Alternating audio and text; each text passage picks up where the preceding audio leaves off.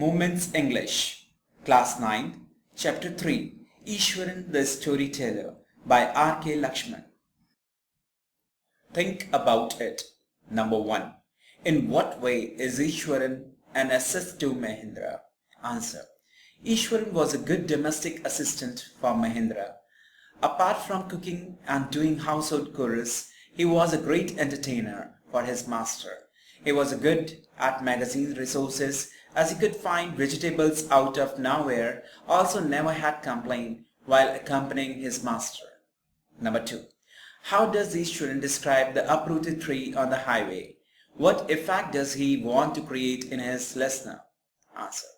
Iswaran described the uprooted tree on the highway with eyebrows suitably arched and hands held out dramatic way. He would begin by saying that the road was deserted and he was all alone. Suddenly he spotted something that looked like an enormous bushy beast lying sprawled across the road.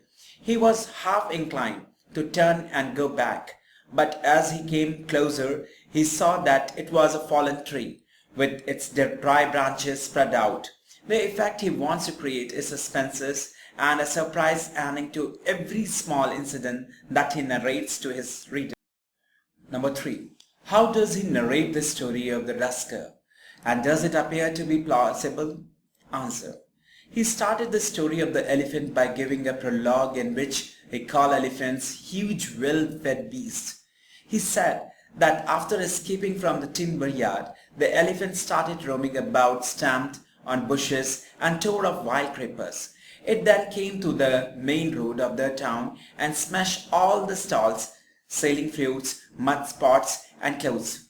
It then entered a school ground where the children were playing. It pulled out the football goal post, tore down the volleyball net, flattened the drum cap for water and uprooted the shrubs. All the teachers and students were so afraid that they climbed up to the terraces of the school building. According to the Iswaran, he was studying in the junior class at that time.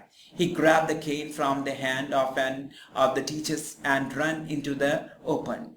The elephant continued grunting and stamping its feet. It looked frightening. However, he moved slowly towards it. When the elephant was ready to rush towards him, he moved forward and whacked its third toe nail. It looked stunned and then collapsed. The story does not appear to be plausible. Number 4. Why does the author say that Iswaran seemed to more than make up for the absence of a TV in Mahendra's living quarters? Answer. The author says so because Iswaran provided a great company to Mahendra. He would chat with Mahendra at night. When he returned from his work, Iswaran would also entertain Mahendra by telling stories. Thus, with Iswaran around, Mahendra never felt bored and never felt the necessity of having a TV for entertainment. Number 5. Mahendra calls ghosts as spirits, a figment of the imagination. What happens to him on a full moon night? Answer. Mahendra calls ghosts or spirits a figment of the imagination because Iswaran informed him that they were living on a burial site and kept narrating to him stories of various ghosts he himself had encountered.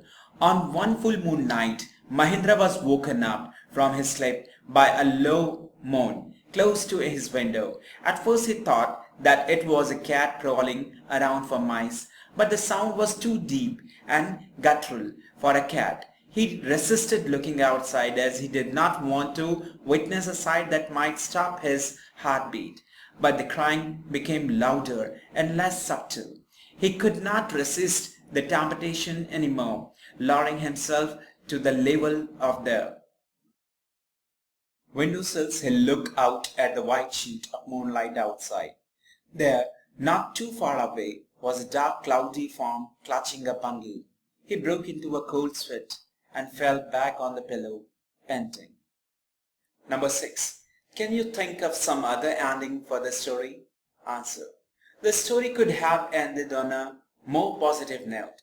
Instead of resigning from his job, Mahendra could have been shown as a real courageous man and proving the ghost theory wrong.